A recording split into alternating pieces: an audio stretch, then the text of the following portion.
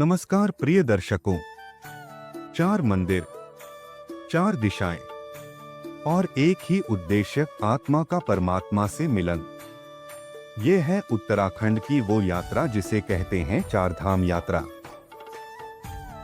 इस यात्रा की शुरुआत हरिद्वार, ऋषिकेश या देहरादून से की जा सकती है।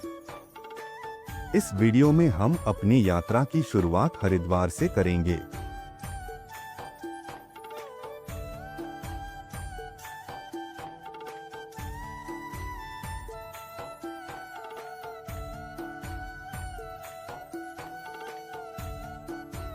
इस यात्रा का पहला पड़ाव माना जाता है मां यमुना का धाम यानी यमुनोत्री धाम।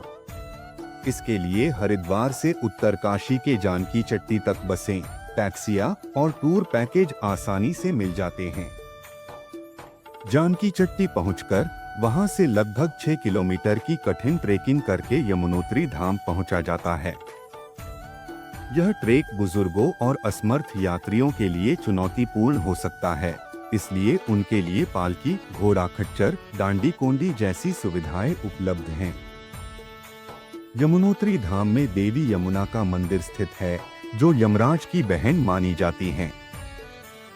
ऐसी मान्यता है कि जो भक्त यहाँ स्नान करता है, उसे यमराज से भय नहीं रहता।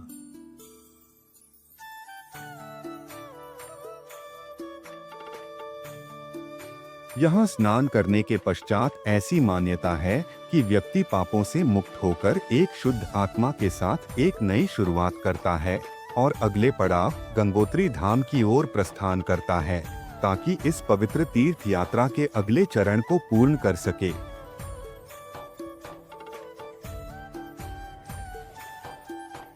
अब चलते हैं यात्रा के दूसरे पड़ाव यानी गंगोत्री धाम की ओर, जहां माता गंगा का भव्य मंदिर स्थित है। यहाँ यह माना जाता है कि राजा भगीरथ की कठोर तपस्या के फलस्वरूप मां गंगा स्वर्ग से धरती पर अवतरित हुई थीं।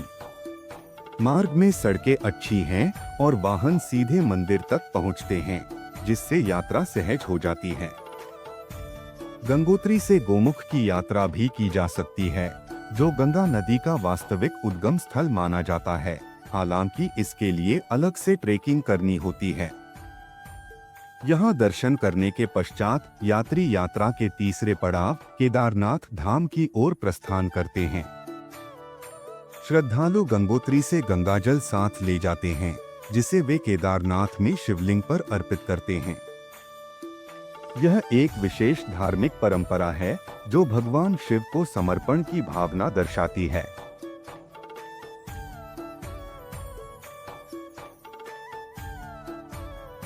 अब चलते हैं केदारनाथ धाम, जो कि चार धाम यात्रा का तीसरा और अत्यंत महत्वपूर्ण पड़ाव है।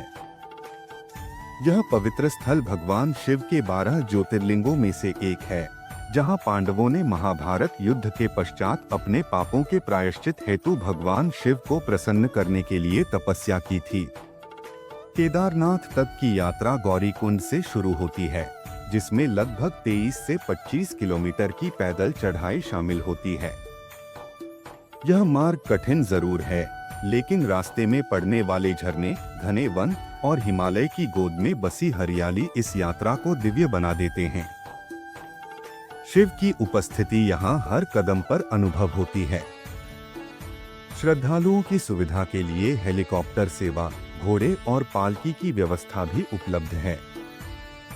ट्रेक करने वालों के लिए अच्छा फिटनेस लेवल आवश्यक है और साथ में दवाइयाँ, पानी तथा एनर्जी बार रखना अत्यंत जरूरी होता है। केदारनाथ की यह यात्रा न केवल शारीरिक रूप से चुनौतीपूर्ण होती है, बल्कि यह आत्मिक शांति और भक्ति से परिपूर्ण एक अद्वितीय आध्यात्मिक अनुभव भी प्रदान करती है।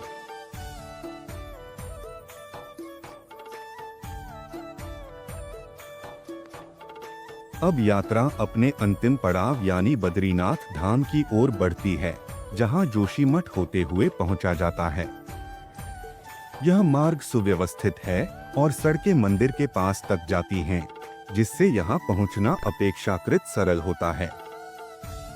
बद्रीनाथ धाम को भगवान विष्णु का निवास स्थान माना जाता है।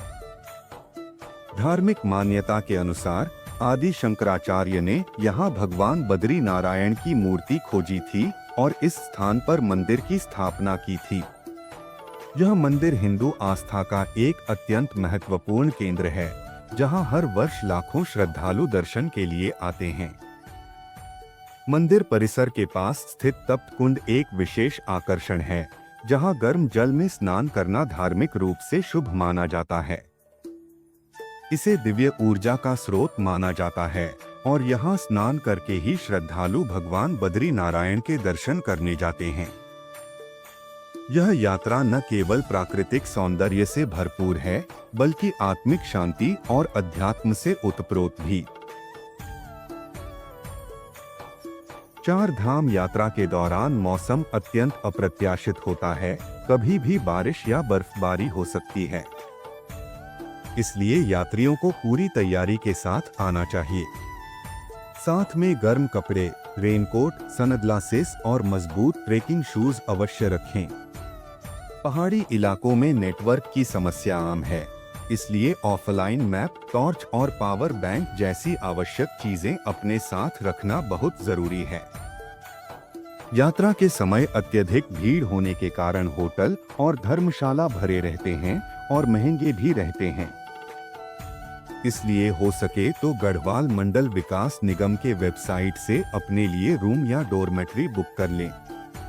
इस यात्रा में शामिल होने के लिए सभी यात्रियों को उत्तराखंड सरकार की आधिकारिक वेबसाइट या टूरिस्ट केयर ऐप के माध्यम से रजिस्ट्रेशन कराना अनिवार्य है।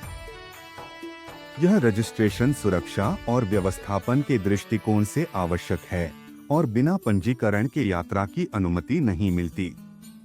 इन सब चीजों का लिंक वीडियो के डिस्क्रिप्शन बॉक्स में है। इस वर्ष चारों धाम के कपाट बंद होने की तिथियां इस प्रकार हैं: यमुनोत्री 30 अक्टूबर 2025, गंगोत्री 22 अक्टूबर 2025, केदारनाथ 23 अक्टूबर 2025 और बद्रीनाथ 23 अक्टूबर 2025। यात्रा की योजना बनाते समय इन तिथियों का विशेष ध्यान रखें, ताकि आप समय पर सभी धामों के दर्शन कर सकें। अगर ये वीडियो आपके लिए उपयोगी साबित हो तो इसे अपने परिवार और मित्रों के साथ जरूर साझा करें और ऐसे ही धार्मिक यात्राओं की जानकारी के लिए चैनल को सब्सक्राइब करना न भूलें। जय बद्री विशाल। हर हर महादेव।